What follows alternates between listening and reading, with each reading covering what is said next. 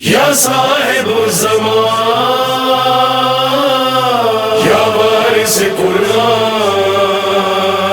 خوب گفتگو کا محور میں پہلے بھی آپ کی خدمت میں عرض کر چکا. 4 پروگرام ہمیں توفیق ہوئی. گفتگو کا جو بڑی ہیڈنگ تھی وہ میں نے آپ کو دے دی تھی کہ وہ معرفت انسان ہے، یعنی اپنی معرفت.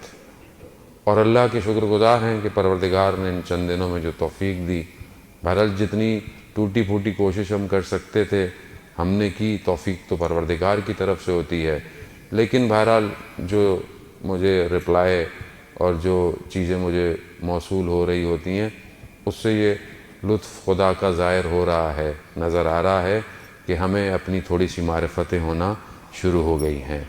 تو ہیڈنگ یہی ہے، معرفت نفس ہے. اس کے نیچے ذیل میں موضوع جو ہے وہ مناسبت کے حساب سے ہے.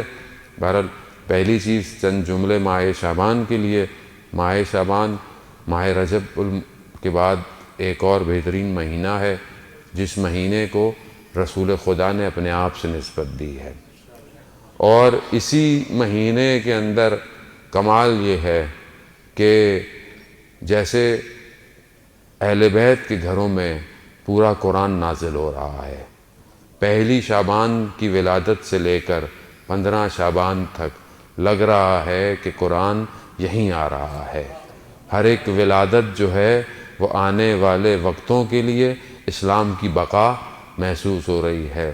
یعنی سفر عشق کی ابتدا حضرت سیدہ زینب سلام اللہ علیہا کی ولادت. اللہم صلی علی محمد. ظاہر ہے جہاں حسین کا ذکر ہو وہاں زینب کا ذکر نہ ہو تو ذکر ادھورا ہے.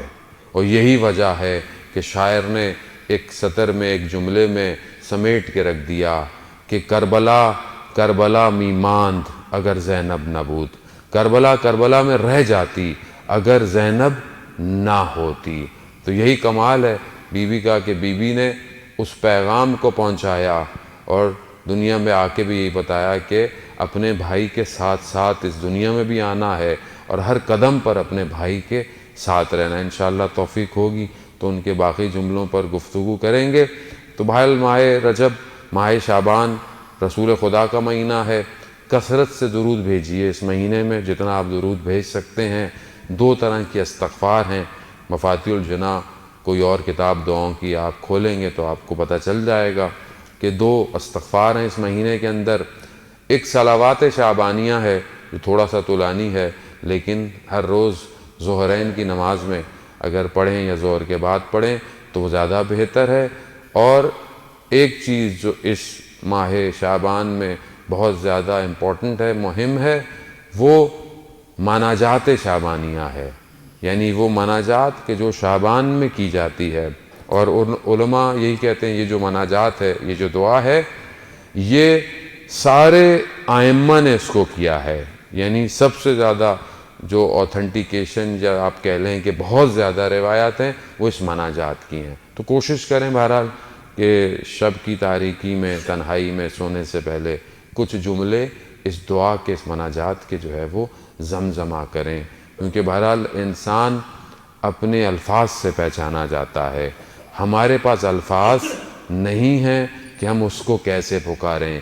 اہل بیت جانتے تھے کہ اللہ کو پکارنا کیسے ہے. تو بہرحال جس طرح انہوں نے کہا ہے ان لفظوں کو پڑھیں اور انشاءاللہ کہ ہمیں بھی توفیق ہوگی چند جملے ان ایام میں مناجات شعبانیہ آپ کی خدمت میں پیش کریں.